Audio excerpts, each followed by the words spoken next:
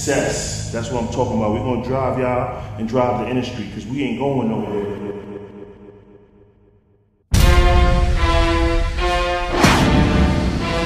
You gotta eat, sleep, and shit producing, you know what I'm saying? To all the producers, stay original. You will get your spot. You gotta really, be ready for war. It's dishonest people out there. It's gonna happen.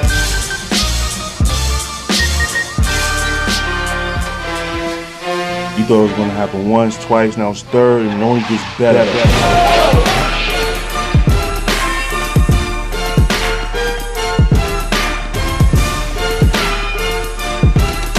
So you got to get down to this convention every year. It's annual right now. It's one of the most relevant things that's going on in the industry right now, because they pay attention to the backbone, the vertebrae, the younger generation coming up, passing down this game, this information, nurturing their brains. A lot of cats never had, a place to get that knowledge, to be around these legends, and just to intertwine with all their peers. So, to all you producers out there, if you feel like you got more than one hot MC, and y'all are really,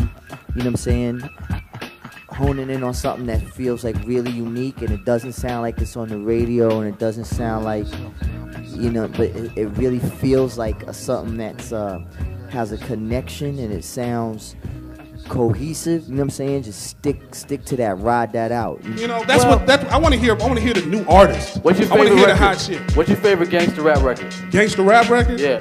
I'm not really a gangster rap dude. But I will whoop a motherfucker's ass. Okay, but so I like R&B. What's your favorite record? I like R&B. It's just definitely amazing to have all these great producers and up-and-coming producers in one room. Excuse me, thanks to don't Shop. mean to interrupt. HI-TEK. Pete Roxy, HI-TEK. 40 Glocks, Zulite. You see what I'm saying? You see how they just slide through? HI-TEK. Nipsey. Look at that. Y'all know who this is, man. I'm waiting in line. I need my issue, cuz. Can't turn out, man, without a HI-TEK record. And it's just been amazing.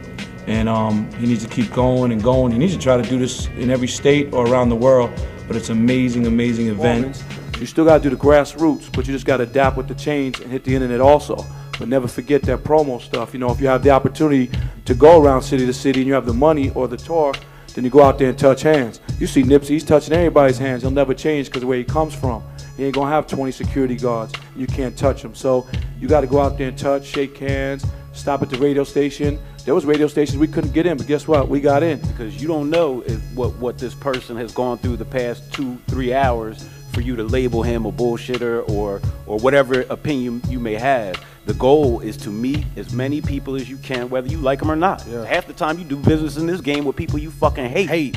You know what I'm saying? I hate your guts. One thing, the mute. I hope you die tomorrow. You know what I'm saying? But you know what? Oh, here's that check. Oh, yeah, everything's great. Sometimes it's about right time, right place. You might catch us on the wrong day. We might be having our own situation, our own problem, our own headache that we're dealing with, and may not have time to really listen to you at that moment. But that doesn't mean that you quit or that you give up at that point. You come right back, because it's true. It does not happen overnight, and getting placements sometimes is just a little bit of luck involved in it also. So stay on the hustle, don't get discouraged, and don't quit. Just keep going at it. But now that hip-hop is considered a global music, you can take your music to video games, the TV shows, to commercials, to all these different ways to get this cream inside your hand. And that's what I did. I was like, yo, I seen how hip-hop was getting kind of like, the media to me was killing hip-hop by calling things hip-hop that wasn't hip-hop, yo. Amazing energy. Had about 50 or 60 incredible conversations with some hungry producers. What more can you ask for? You can't get that in the book, homie. Styles P video. I don't know if you guys seen the Blow Your Mind video with Swiss Beats. Blow your mind, ladies and gentlemen. Blow your mind. I get this email from Styles, and it's like, rather than like a whole paragraph of what we want to do is open with the scene of these buildings and such, we just had these keywords like Shark Week, smoke, a wizard, backwards gymnastics, all kinds of crazy shit, and that was the treatment. So I looked at it, and I'm like trying to make sense of it. Like, I wonder what he was doing when he wrote this. You know what I'm saying? But for me, because of the fact that I'm not shooting on film and that, I am able to do a lot with a little. And the more that I get, the bigger I go. You know what I mean? As far as like, you know, the $1 million budget is, you know, long gone. So Kanye and I got into this argument on a radio show, right, about auto-tune. And I said, hey man, at some point that shit is getting played out, in my opinion. You know, and then we work on radio. I play records and I gotta play it. You gotta play the hits. I get that, but damn, do people have any shame? I don't mind what you did with it, but it's every Tom, Dick, and Harry jumping on that shit, and they don't sound good at it. Kanye told me, hey man, let them do what they want to do. If that's how they want to create, let them create like that. There's a point there too.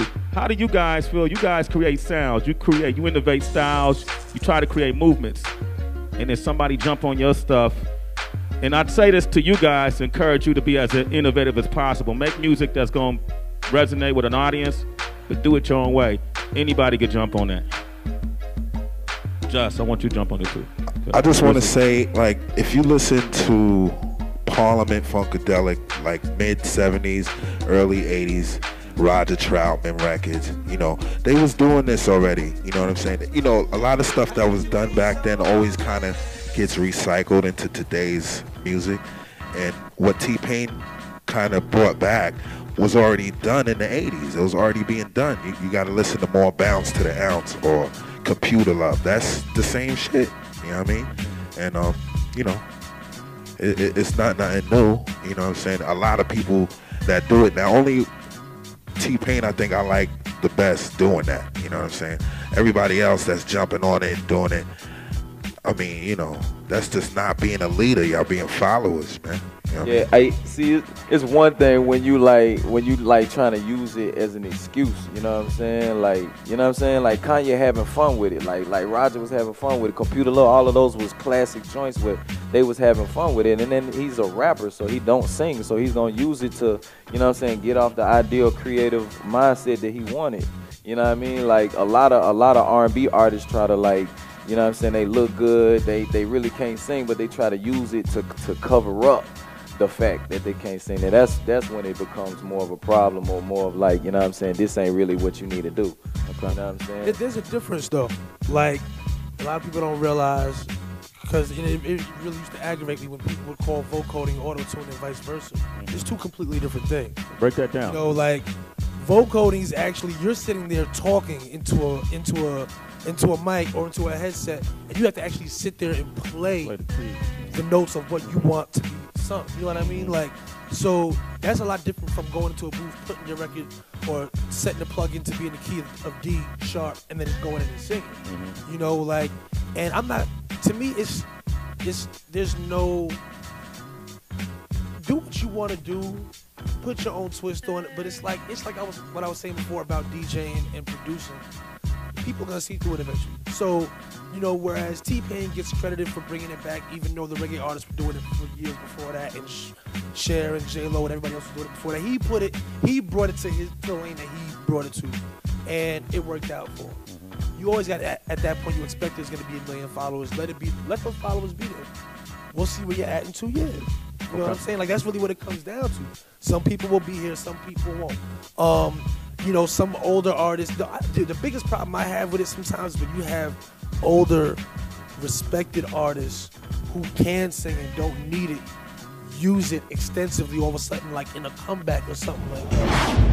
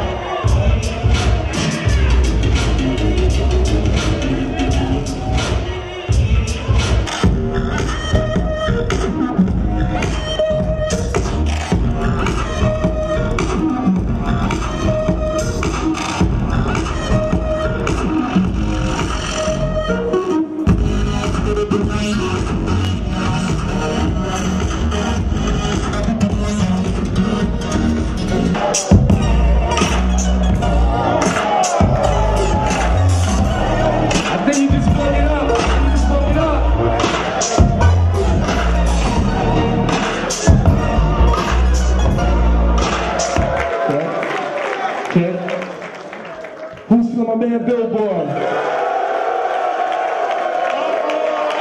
Wow. Give us the Billboard, y'all. Clap your hands to Billboard, y'all. Billboard got the board. Four? I thought you said 3. Next one.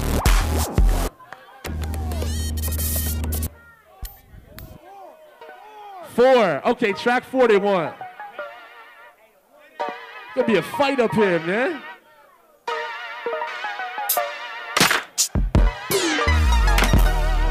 Hey! Let's go! That's our money. You're a gym. You're doing a good thing for these kids and for this industry. Keep it popping, homie. I got your back.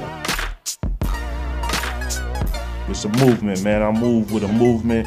I move with motivation. I like to inspire. Some are givers, some are receivers. I give and I receive from God. So guess what? I'm good.